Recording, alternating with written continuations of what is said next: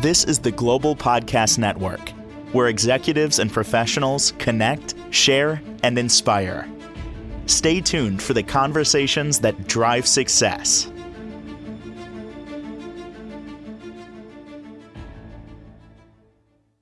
This is the Global Podcast Network, where executives and professionals connect, share, and inspire.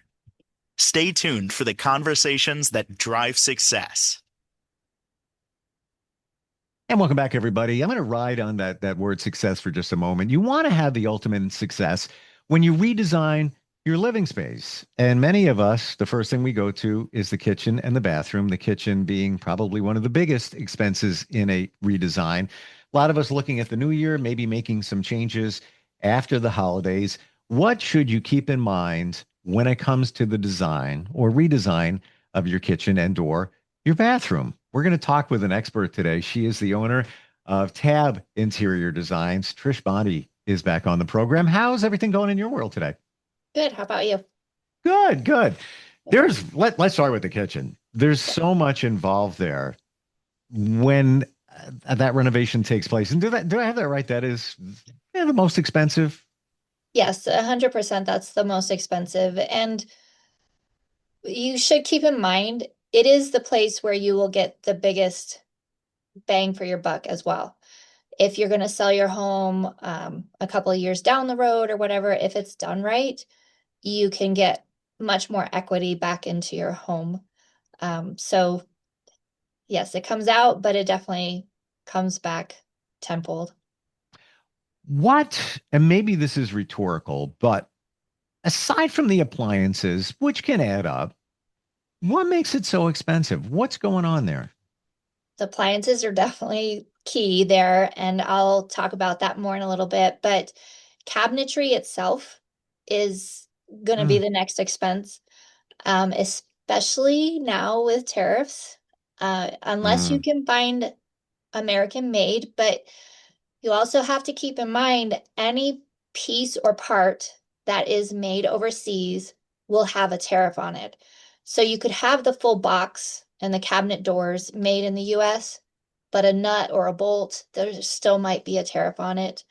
If you're getting cabinets that are made overseas, there's hefty shipping prices. Like we do have a cabinet line that is a German cabinet line. Great product, but the shipping fees are pretty high because it is literally coming over on a ship. And then you also have to think about timelines. Those are going to hurt the most. If you want anything that's remotely custom or anything made overseas, the lead times go up pretty drastically. So with that being said, you should work with your designer first and foremost. Figure out the design before you let the contractor in. Otherwise, your kitchen is torn up and out of place, and it could be a really long time until they can get in there and finish it. If you figure out everything first, purchase all your products and items, and then have your designer time it properly with the contractor to have them come in when all of your items are in and ready to go. That to me is, I can't put that forth enough to get people to understand. Take the time, especially when you're investing so much money, to design it properly and to have some patience before you get the contractor in there. As I'm scanning my mind here, any place that I ever bought, the kitchen was pretty much good to go. So this is foreign to me, and I would have, maybe make some tweaks here, appliances, whatever. I never had to change the cabinets. So I would not even know that there's that much expense involved in those cabinets. And of course, it's custom many times. Not every kitchen is going to be the same. It's got to be fitted to that space. Since it's an expense, let's look at the cabinets for a moment. Sure. Take us from lower cost to higher cost. What brings the price up? Let's just look at cabinets for a moment. Right now, the trendy cabinets are the more European style, which is just the flat front. For some reason, those are trending. and becoming more popular. It's just more simple and very clean lines. With trends, prices increase. So of course, those ones are going to be a little more. Uh, but also it depends on if you get a lot of details on them. So super traditional has, you know, a lot of details on it, a lot of extra trim. So that can be pricey. It also depends on the wood species, or is it just MDF or, a lot of plywood or something, that's less expensive. But you have to keep in mind that saying that your mom said to all of us, you get what you pay for. You can buy builder grade. It will be a lot less expensive, a lot. But if you have children, um, or your family is rough on the cabinets, things get slammed if you don't have soft clothes, for example, or kids will hang on cabinets. It's just a given. Mm. If you want to pay for them multiple times every couple of years, that's fine. But if you want to do it right the first time, save the Mhm. money for it and get it done properly. It is more expensive, but it'll last a lot longer. But it all just depends on all the bells and whistles. There's also things to take in consideration. Do you want internal organization? All the extra inserts. Our German line, for example, Europeans have definitely got organization down to a T because over there, a lot of their houses are smaller. So they Hmm. really, the inserts are supreme over there, in my opinion. Um, the line that we have for their cabinetry comes with the inserts. So it's already built into it when it gets over here. Whereas typically, if I have my American made company, we have to buy the inserts separately. So it's a lot of working and making sure those inserts that they offer fit properly within them because you have to fit them. You can get some made with them in it, but again, it's, you know, where does your budget lie? What can we do and what can't we do? Um, so, Now, when we say inserts, can you just define that so everybody's on the same page?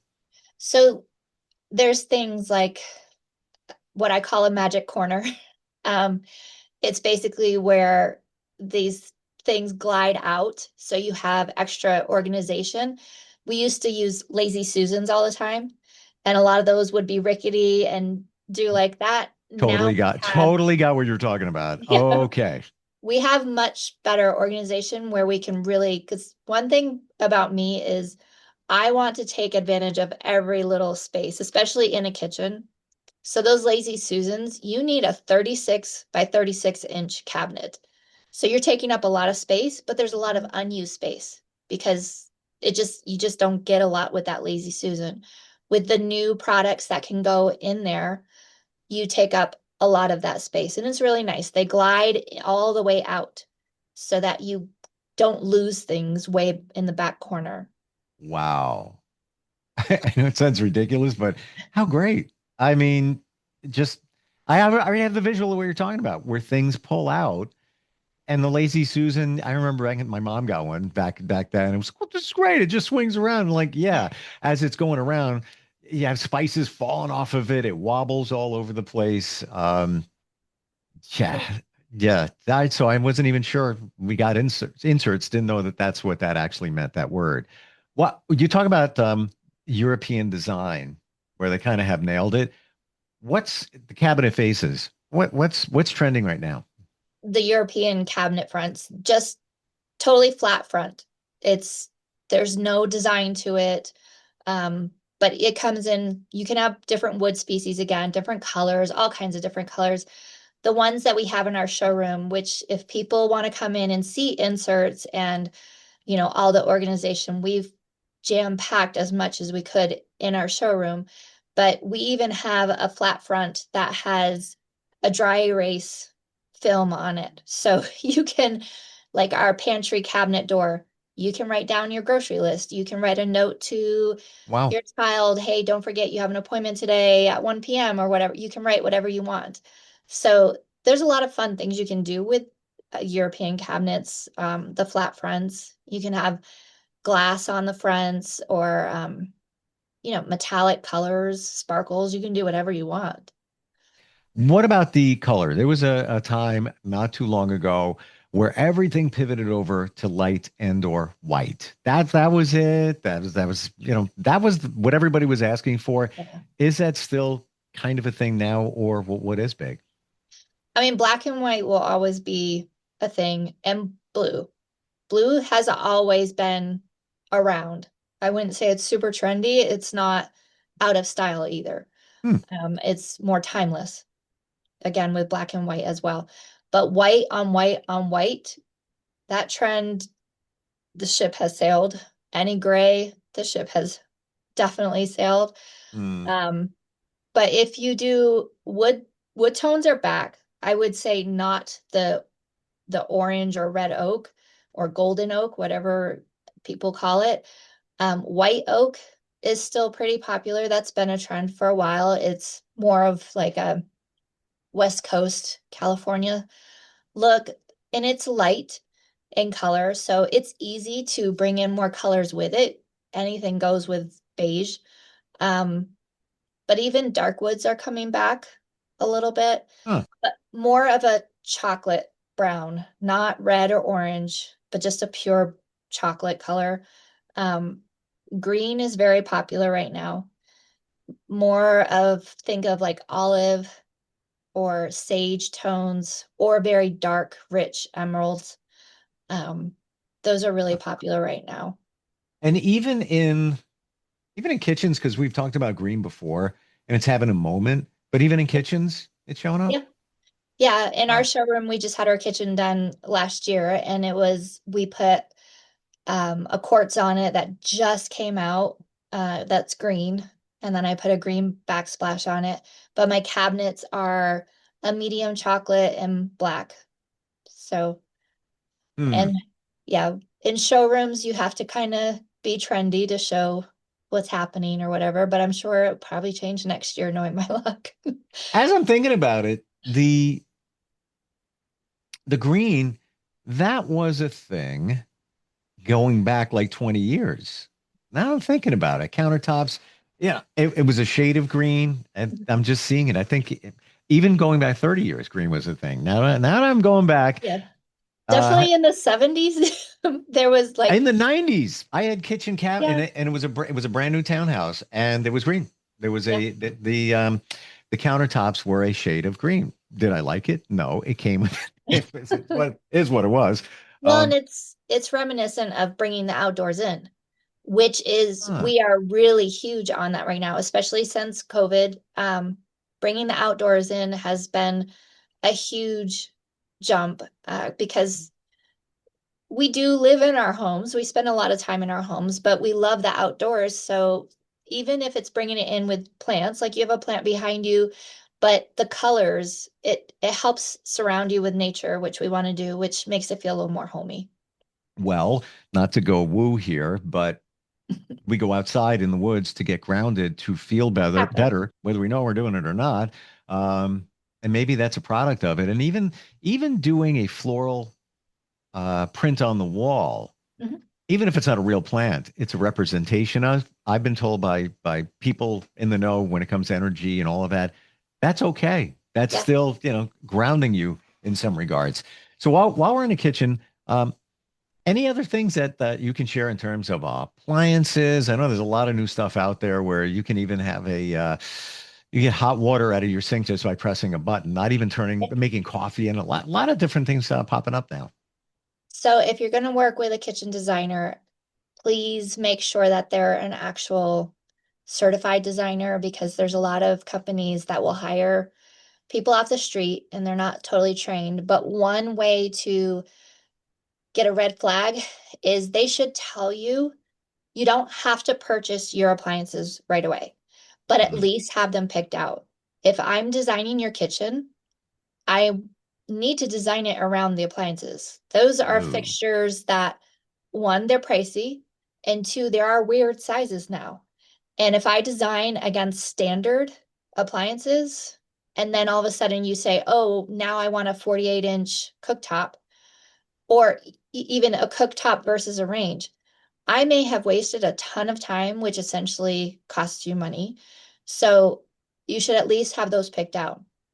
The other thing is a good designer will be working with an appliance company. Me personally, I send you to work with a rep there. She sends me your specs. And then in the background, I also work with her to time everything accurately. Remember when I said things will have lead times and whatnot? Lead times have gotten better on appliances, but there's still some items you might pick something out that's a little newer or something that is low on inventory. I need to make sure, okay, now go and buy your cooktop, for example, or you don't need to buy anything for 2 months or whatever, but at least I can time that out properly for you. So that is a red flag if your designer who should know how to design kitchens should ask for first.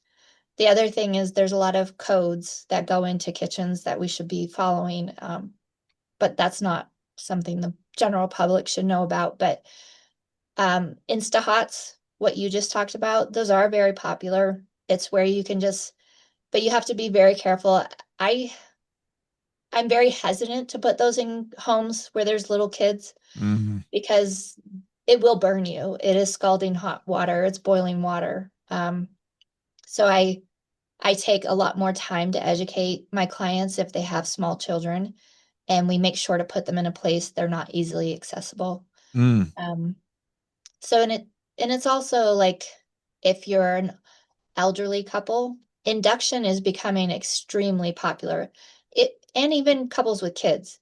Induction is great. You have a pot on it, it boils like so fast. It's not like any other, but if I push the pot off, I can put my hand right on the burner immediately.